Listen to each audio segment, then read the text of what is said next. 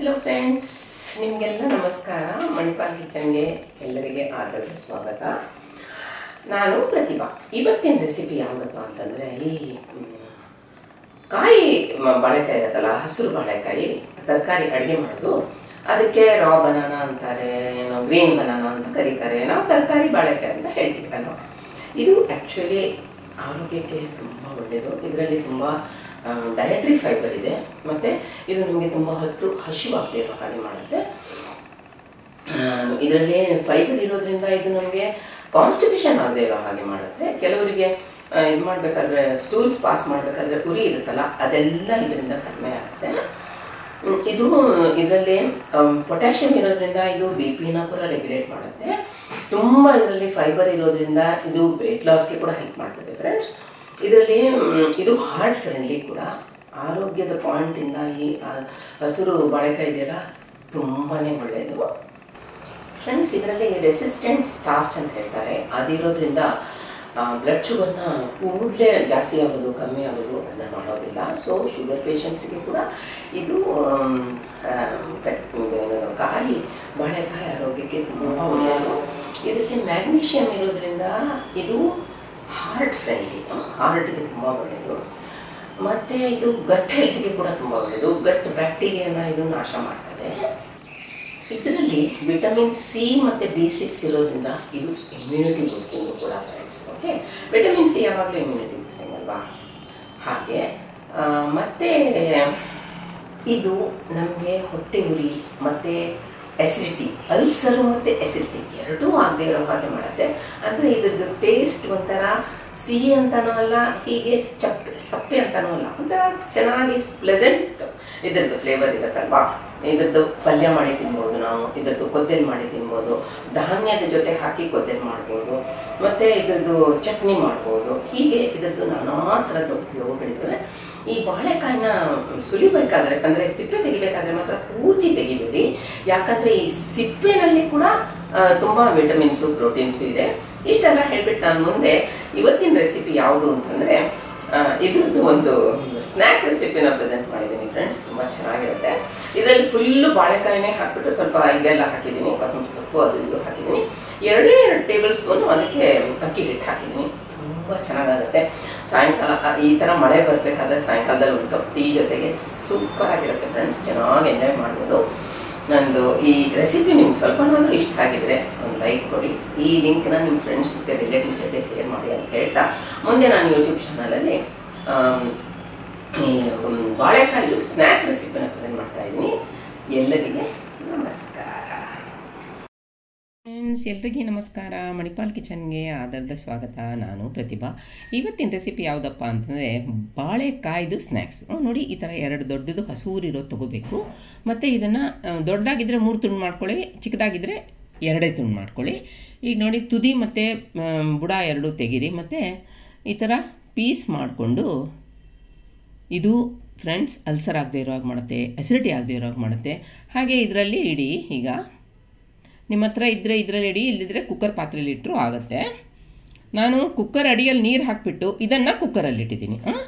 ಈಗ ಅದನ್ನು ಕುಕ್ಕರ್ನಲ್ಲಿ ಇಡಿ.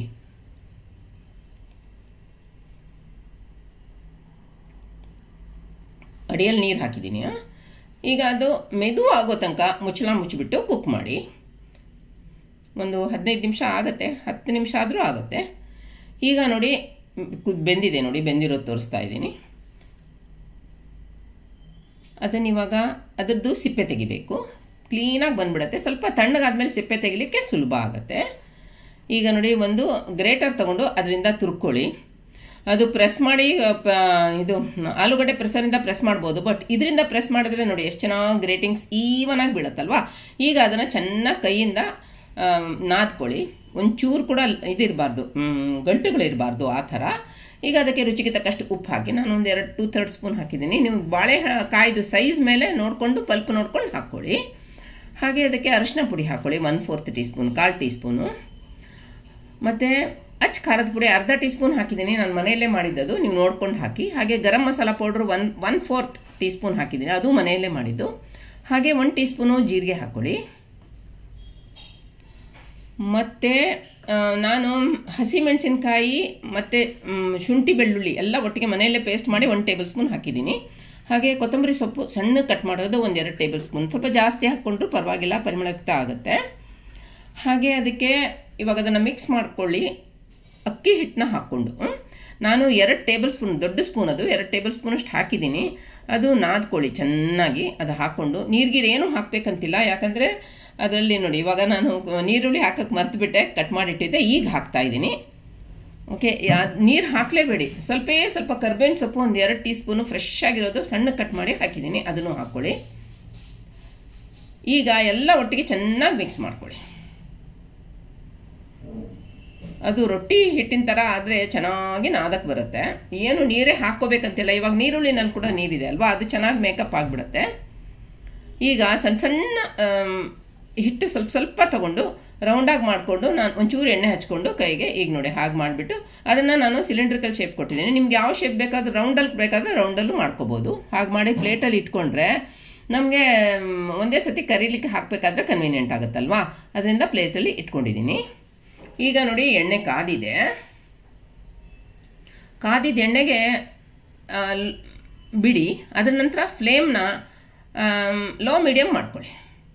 ಎಷ್ಟು ಹಿಡಿಯುತ್ತೋ ಅಷ್ಟು ಹಾಕ್ಬಿಟ್ಟು ಒಂದು ಸತಿ ಸ್ವಲ್ಪ ಅದು ಕುಕ್ ಆಗಿ ಬರಲಿ, ಆಮೇಲಿಂದ ಇದು ಹಾಕಿ ಸ್ಪ್ಯಾಟುಲಾ ಹಾಕಿ ಮತ್ತು ಫ್ಲಿಪ್ ಆ್ಯಂಡ್ ಫ್ರೈ ಮಾಡಿಬಿಟ್ಟು ಲೋ ಮೀಡಿಯಮ್ ಫ್ಲೇಮಲ್ಲಿ ಇಟ್ಬಿಟ್ಟು ಕುಕ್ ಮಾಡಿ. ಲೋ ಇಟ್ಬಿಟ್ರೆ ಎಣ್ಣೆ ಕುಡಿಯುತ್ತೆ, ಲೋ ಮೀಡಿಯಮ್ ಇಡಿ, ಆವಾಗ ಒಳಗೆ ತನಕ ಬೆಂದು ಬರಬೇಕಲ್ವಾ. ಇವಾಗ ನೋಡಿ ಎಷ್ಟು ಚೆನ್ನಾಗಿ ಬಂದುಬಿಡ್ತು, ಕಲರ್ ಗೋಲ್ಡನ್ ಬ್ರೌನ್ ಆಯಿತು, ಚೆನ್ನಾಗಿ ಗರಿ ಕೂಡ ಆಯಿತು. ನೋಡಿದ್ರೆ ಗೊತ್ತಾಗುತ್ತಲ್ವ ನಿಮಗೆ. ನೋಡಿ ಎಷ್ಟು ಚೆನ್ನಾಗಾಯಿತು, ತುಂಬ ರುಚಿಯಾಗುತ್ತೆ ಫ್ರೆಂಡ್ಸ್. ನೀವು ಬೇಕಾದ್ರೆ ಟೊಮೆಟೊ ಸಾಸ್ ಜೊತೆಗೆ ಅಥವಾ ಹಸಿರು ಚಟ್ನಿ ಜೊತೆಗೆ, ಕಾಯಿ ಚಟ್ನಿ ಜೊತೆ ಎಂಜಾಯ್ ಮಾಡ್ಬೋದು. ಮಕ್ಕಳಿಗೆ ಸ್ಕೂಲಿಂದ ಬಂದ ತಕ್ಷಣ ಈಗ ಮಳೆ ಬರಬೇಕಾದ್ರೆ ಒಂದು ಕಪ್ ಚಹಾ ಜೊತೆ ಎಂಜಾಯ್ ಮಾಡೋಕ್ಕೆ ತುಂಬ ಚೆನ್ನಾಗಿರುತ್ತೆ.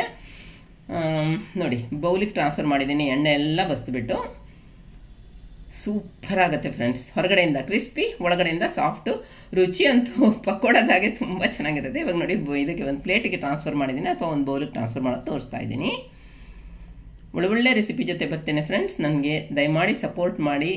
ಈ ರೆಸಿಪಿ ನಿಮ್ಗೆ ಸ್ವಲ್ಪನಾದರೂ ಇಷ್ಟ ಆಗಿದರೆ ಒಂದು ಲೈಕ್ ಕೊಡಿ.